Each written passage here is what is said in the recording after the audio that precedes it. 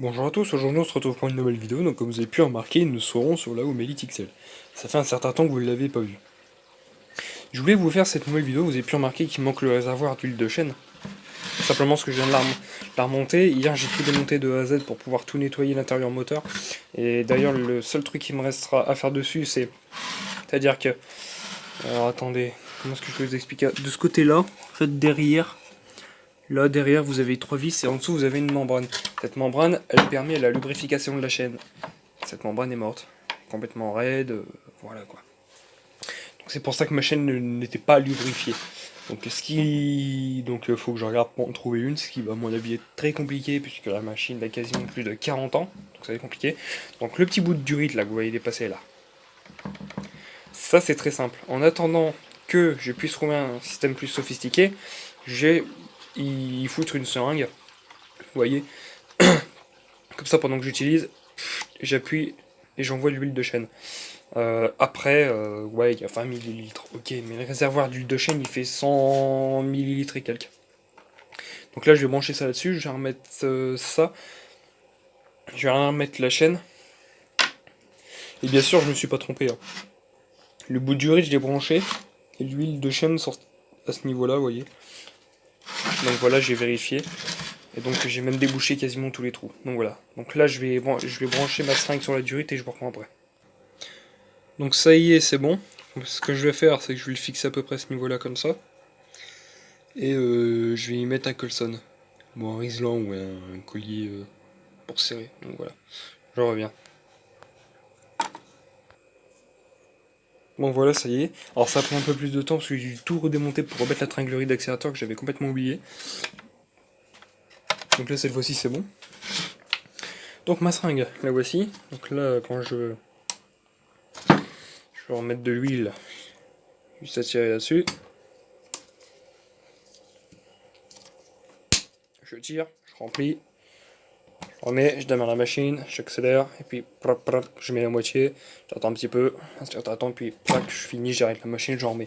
On va me dire, ouais, tu perds un peu de temps, c'est pas très efficace, ok, je suis d'accord, je suis totalement d'accord avec vous. Mais le temps que je puisse commander une nouvelle membrane pour l'aspiration de l'huile de chêne, il va très bien la faire, surtout que c'est pas une machine qui servirait tous les jours. C'est une machine qui servirait tous les jours, je ne dis pas. J'aurais déjà envoyé en réparation. Donc, ou alors j'aurais déjà commandé la pièce. Mais là, j'ai tout mon temps. Donc voilà. Donc je vais remettre ça sur la truc et puis. Mais on va aller mettre le guide. Et mettre de l'huile. Il y a cette petite rondelle après. Il y a un sens pour le boulon. Voilà. J'ai du fuel dans le réservoir. Un tout petit peu. Puisqu'il n'y a plus beaucoup d'essence pure pour que je puisse faire un peu de mélange à 2%.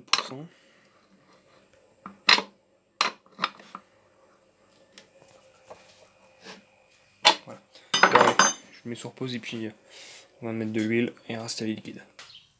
Bon, j'ai ramené la machine, puis voir le H95 avec ça, je vous ferai une petite vidéo vite fait. Ou pas. Au pire, je vous le démarrerai après. Et là, on va remonter le guide chaîne. Ah oui, puis je vous ferai une présentation de cette bécane là.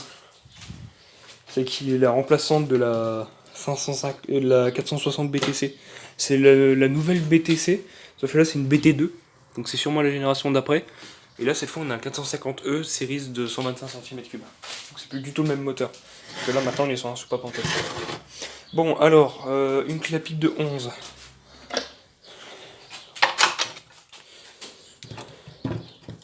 Sur l'écrou c'est du 11.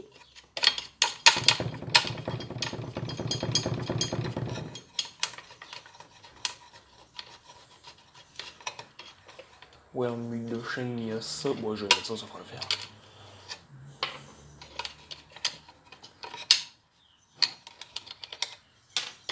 Voilà, attendez, je vais prendre le H95, je vais m'en servir pour vous caler. Là, on a le fameux moteur dont le projet, je pense, qu'il va être arrêté à cause de ça.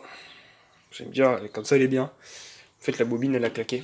Donc, je sais pas ce qui s'est passé mais la bobine a claqué. Donc c'est soit j'en retrouve une et puis on continue le projet, soit j'arrête le projet, mais ça va être compliqué de façon d'en retrouver de la pièce. Donc faut bien que je réfléchisse à ça. Tu te tais toi. Voilà, j'ai enlevé comme ça sonne pas pendant que je travaille. Voilà.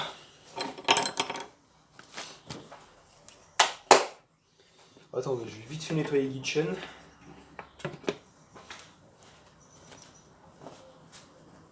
Il est même tout grand. Il y en a un propre, j'aurais dû prendre un propre, un guide qui fait la même taille, j'aurais dû prendre le propre en bas. Je sais pas si c'est le même. Je vais le souffler, attendez. Ouais, non, je vais chercher la guide, attendez, ne bougez pas, je reviens. Bon, me voilà, alors, au final, j'ai pas pris l'autre guide parce que j'avais zappé que les guides qui se montent sur les Homelite XL, elles ont ça qui permettent, vous voyez, ce petit carré qui permet la tension de chaîne. Donc ça, j'ai complètement zappé. Donc ce guide, ce que je ferai, c'est que je le restaurerai. Hein, et puis un après, et puis terminé. Là, ce que je vais faire, c'est que je vais le souffler parce qu'il est complètement crade.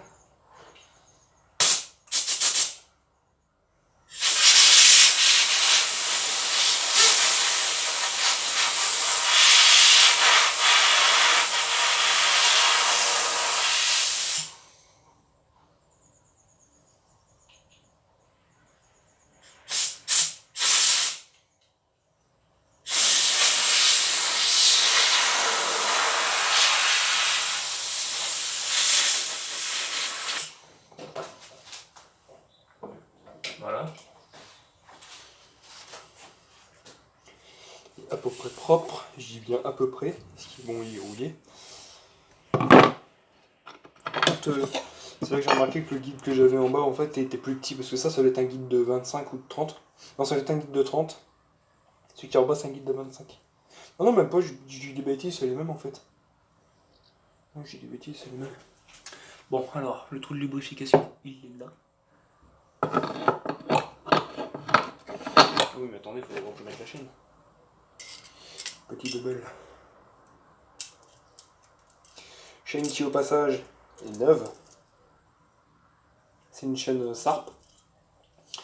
Je paye assez cher d'ailleurs.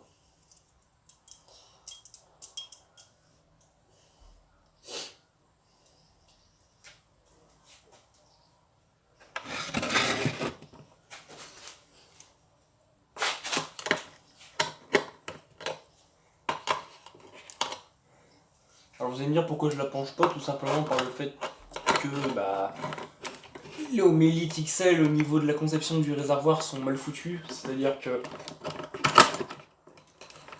si vous la penchez côté lanceur, si je la penche comme ça,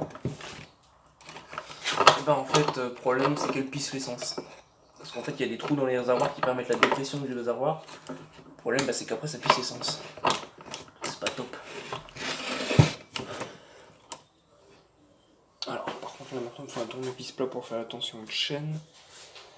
On va prendre lui.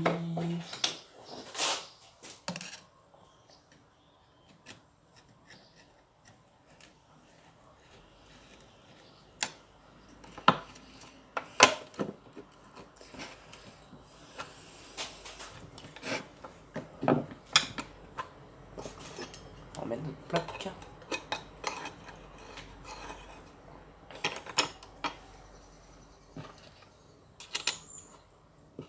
Et l'écrou. L'écrou qui a un sens, hein, vous voyez. On voit que là c'est légèrement creusé, alors que là c'est pas creusé. C'est côté où c'est légèrement creusé. Merde.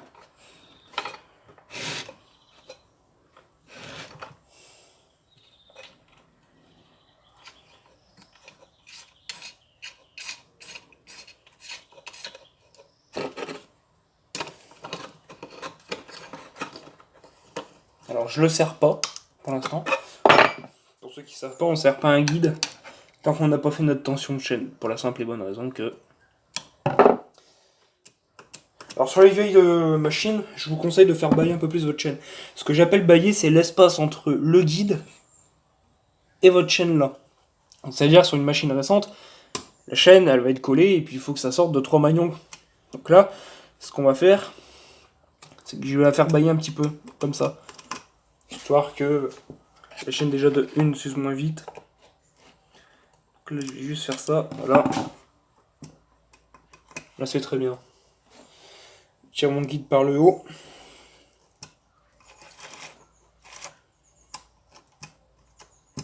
Oui, il doit y avoir des points durs, puisqu'il y a des endroits où la chaîne est moins tendue que d'autres.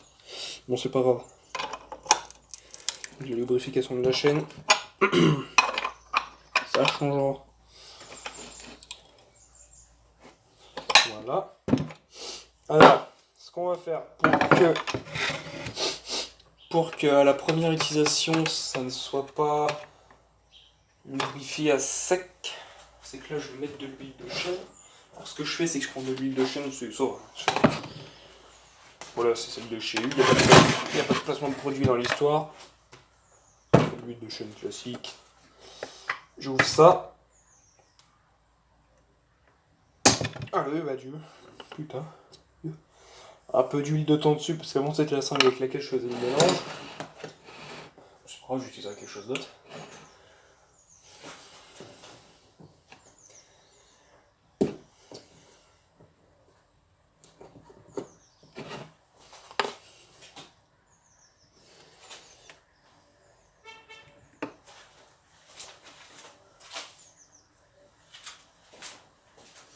Ouais, c'est pas chez moi.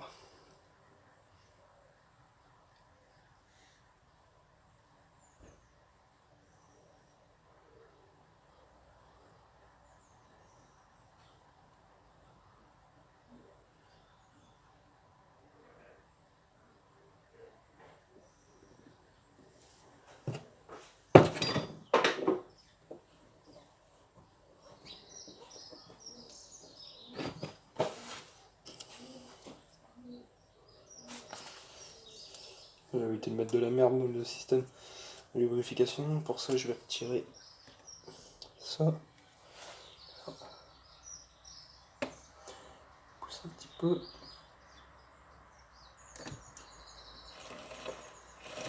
Oh, impeccable.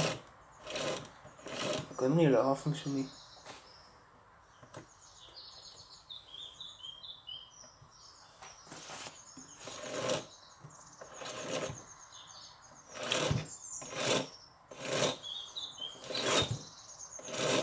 Ouais, j'ai juste à chaque fois, genre tous les 5 à 10 secondes, un truc dans le genre, appuyé d'à peu près 5 millilitres. Là, je vais en remettre un petit peu du coup.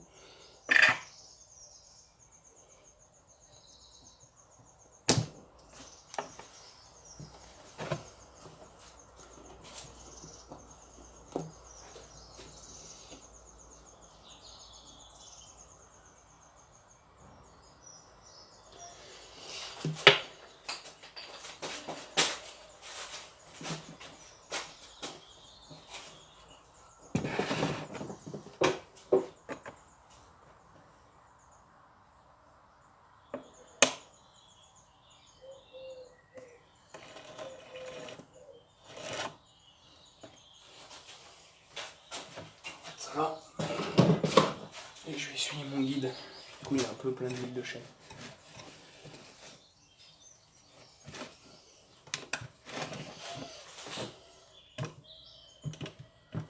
Par contre, j'ai oublié mon casque anti-bruit, donc il va falloir que j'aille rechercher mon casque anti-bruit.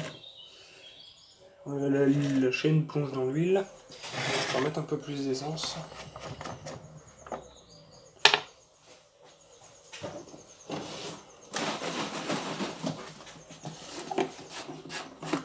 Un peu, mais pas beaucoup.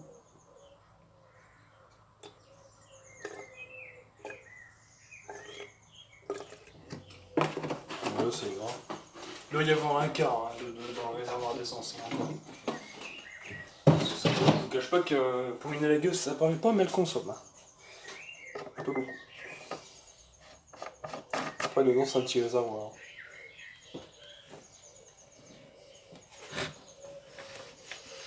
Ah oui, je vous ai pas dit, j'ai mis une bougie neuve dessus. Avant, j'avais mis l'ancienne bougie de la du 550 Series qui est là.